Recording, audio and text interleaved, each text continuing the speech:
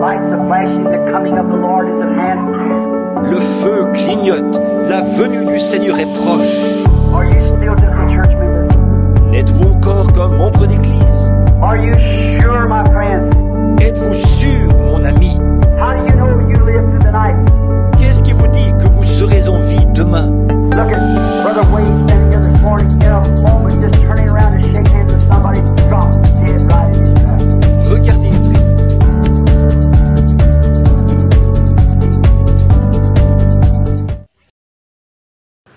Chers téléspectateurs, bonsoir. C'est toujours un réel plaisir de vous retrouver pour votre émission La Voix de Dieu. Vous êtes sur Parole Créatrice Info Télévision. Ce soir, nous allons parler de la colère et plus précisément comment la gérer. La colère d'abord est un état affectif qui est souvent causé par un désagrément ou bien une agression psychologique. Généralement, elle a pour conséquence des réactions brutales. Mais on a tendance à chercher à la gérer de façon passive en changeant d'air, en prenant du recul, en allant faire un tour, en se rafraîchissant ou avec des respirations profondes. Tout cela est bien, mais le prophète nous donne une réponse par rapport à cette question dans l'extrait qui va suivre et je vous reviens juste après.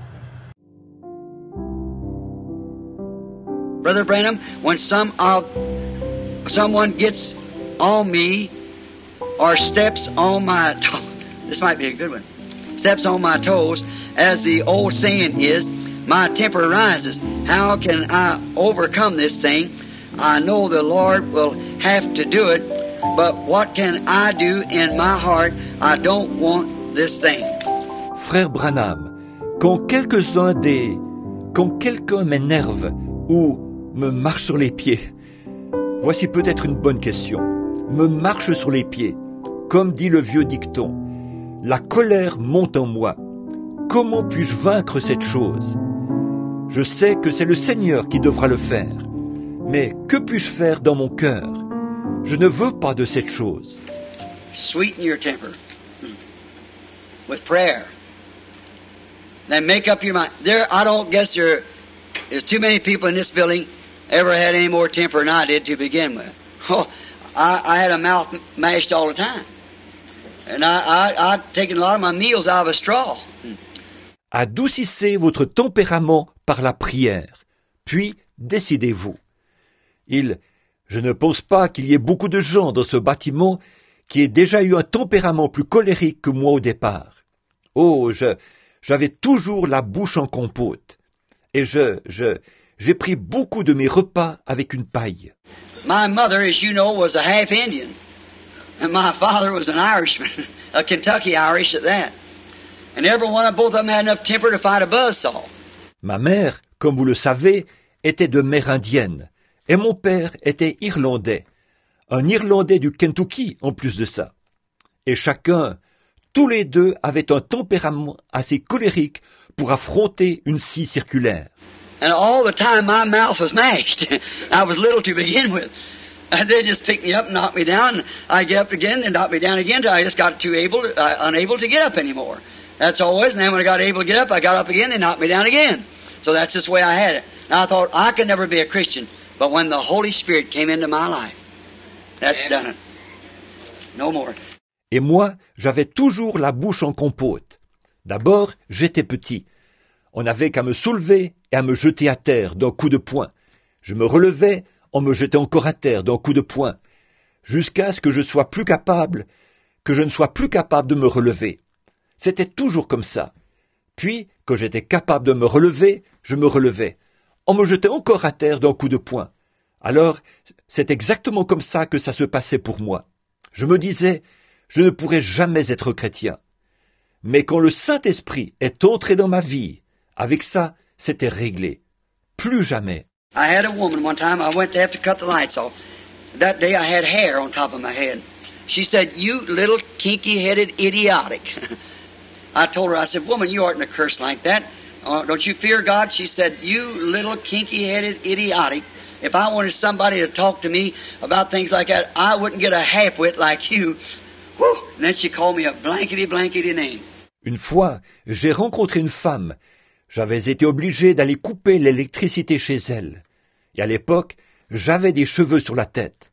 Elle a dit « Espèce de petit crétin frisé !» J'avais dit « Madame, vous ne devriez pas jurer comme ça. Oh, vous ne craignez pas Dieu ?» Elle a dit « Espèce de petit crétin frisé ! Si je voulais que quelqu'un me parle de choses comme ça, je n'irais pas chercher un imbécile comme toi. » Ouh! Puis elle m'a appelé d'un nom grossier. Oh my, if that had been a year farther, I always said a man to strike a woman wasn't man enough to strike a man. But I might have broke that at that time, calling my mother a bad name like that. But you know what? It never even fazed me. I said, I will pray for you. Never bothered. I know it right then something happened to me. Yes, sir. Oh my. Oh là là, si ça avait été 1 an auparavant, j'avais toujours dit qu'un homme qui frappait une femme n'était pas assez homme pour frapper un homme.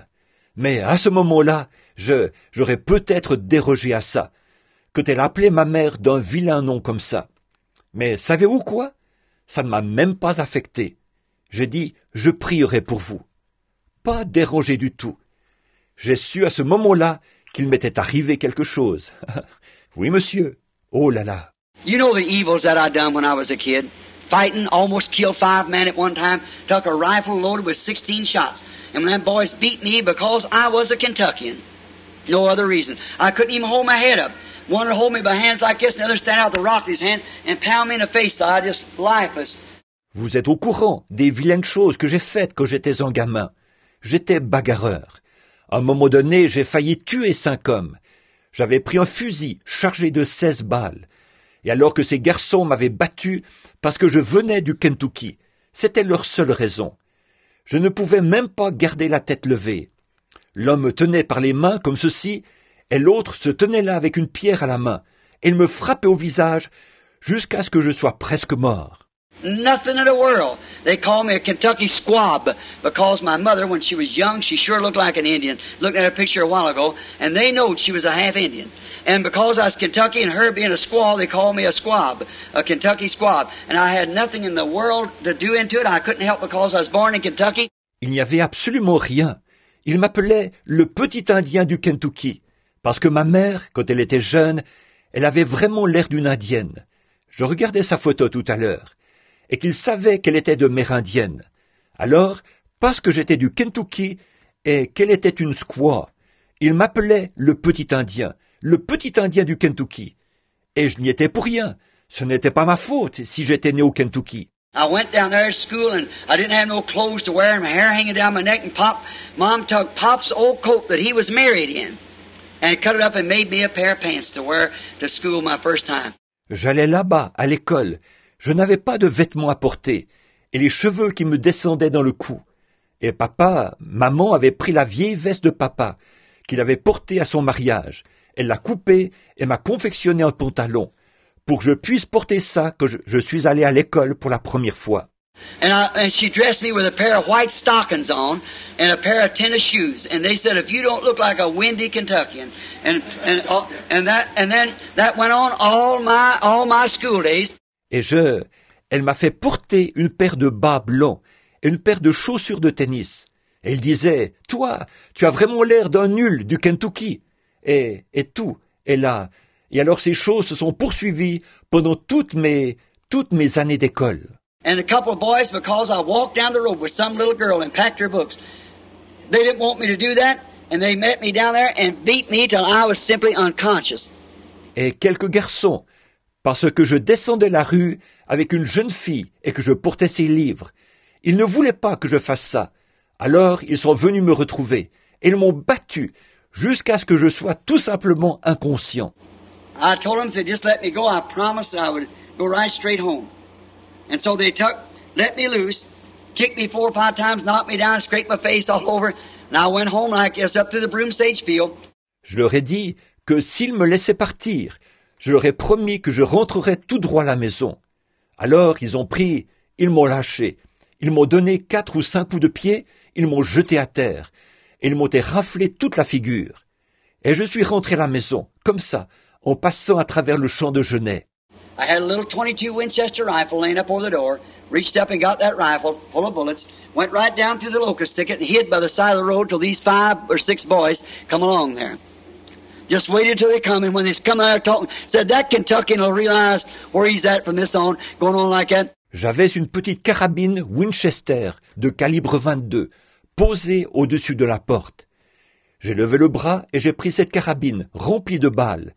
J'ai traversé le fourrier de Robinier et je me suis caché près de la route jusqu'à ce que ces 5 ou 6 garçons passent par là. J'ai tout simplement attendu qu'ils arrivent et quand ils sont arrivés là, ils causaient, ils disaient « Ce mecton du Kentucky, à partir de maintenant, il va savoir où il est. » Ils parlaient comme ça. I stepped up with a hammer, pulled back on the rifle. I said, now, which one of you wants to die first? So you won't watch the others. They started squealing. I said, don't squeal because you're all going to die one by one. Now I'm in it. J'ai bondi devant eux. J'avais abaissé le chien de la carabine. J'ai dit, maintenant, lequel d'entre vous veut mourir le premier pour ne pas voir les autres? Ils se sont mis à hurler. J'ai dit, ne hurlez pas, parce que vous allez tous mourir, un à un. Et je ne plaisantais pas. And just then they started squealing. I pulled up and snapped. The gun snapped. I threw another shell in, snapped. It snapped. Another shell snapped. It snapped. And I pumped 16 shells on the ground. Every one of them snapped. And them boys running and screaming and diving over the hill and everything. Alors là, ils se sont mis à hurler. J'ai épaulé et clac, le fusil a fait un bruit sec. J'y ai introduit une autre cartouche. Clac, il a fait un bruit sec. Une autre cartouche. Clac, il a fait un bruit sec. J'ai éjecté 16 cartouches sur le sol. Pour chacune, un bruit sec. Et ces garçons qui couraient, qui poussaient des cris et s'enfuyaient à toutes jambes de l'autre côté de la colline. Et tout. And after they left, I stood there when I get so angry till I wouldn't cry. I laughed like an idiot and tears run out of my eyes. Now that's a temper. If it hadn't been for God, I'd been a murderer. And I picked up them shells and put them back in the rifle and pow, pow, they'd shoot just as good as ever. Talk about grace. Et après qu'ils sont partis, je me suis tenu là. Et j'étais tellement en colère que je ne pleurais pas. Je riais comme un perdu. Et les larmes ruisselaient de mes yeux. Ça, c'est un tempérament colérique. S'il n'y avait pas eu Dieu, j'aurais été un meurtrier. J'ai ramassé ces cartouches et je les ai remises dans la carabine. Et pan, pan, les coups partaient très bien. Vous parlez d'une grâce. May men and women tonight catch the vision, understand what God's program is for this last day. Après avoir suivi l'éclair qui n'est pas toujours évident de gérer la colère facilement, parce que étant des humains dans le corps de chair, ce n'est pas souvent facile. Mais le prophète nous a proposé comme solution idéale la prière. Alors il serait mieux pour nous de faire recours à Dieu pour qu'il puisse nous aider à gérer nos crises de colère. Nous avons fini pour cette édition. Rendez-vous Dieu voulant la semaine prochaine. D'ici là, portez-vous bien et que Dieu vous bénisse.